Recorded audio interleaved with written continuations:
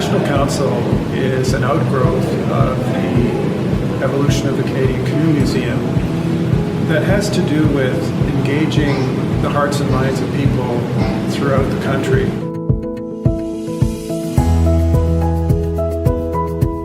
We are looking for luminous Canadians.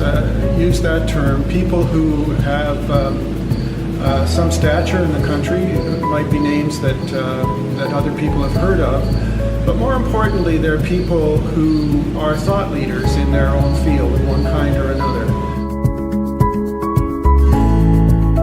So we're thinking of building a beautiful constellation of these luminous Canadians.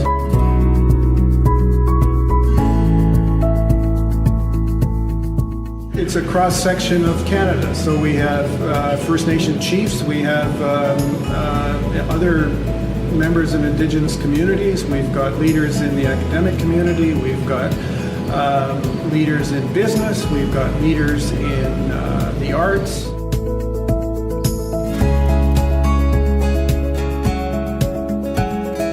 I mean, it would be the ultimate dinner party.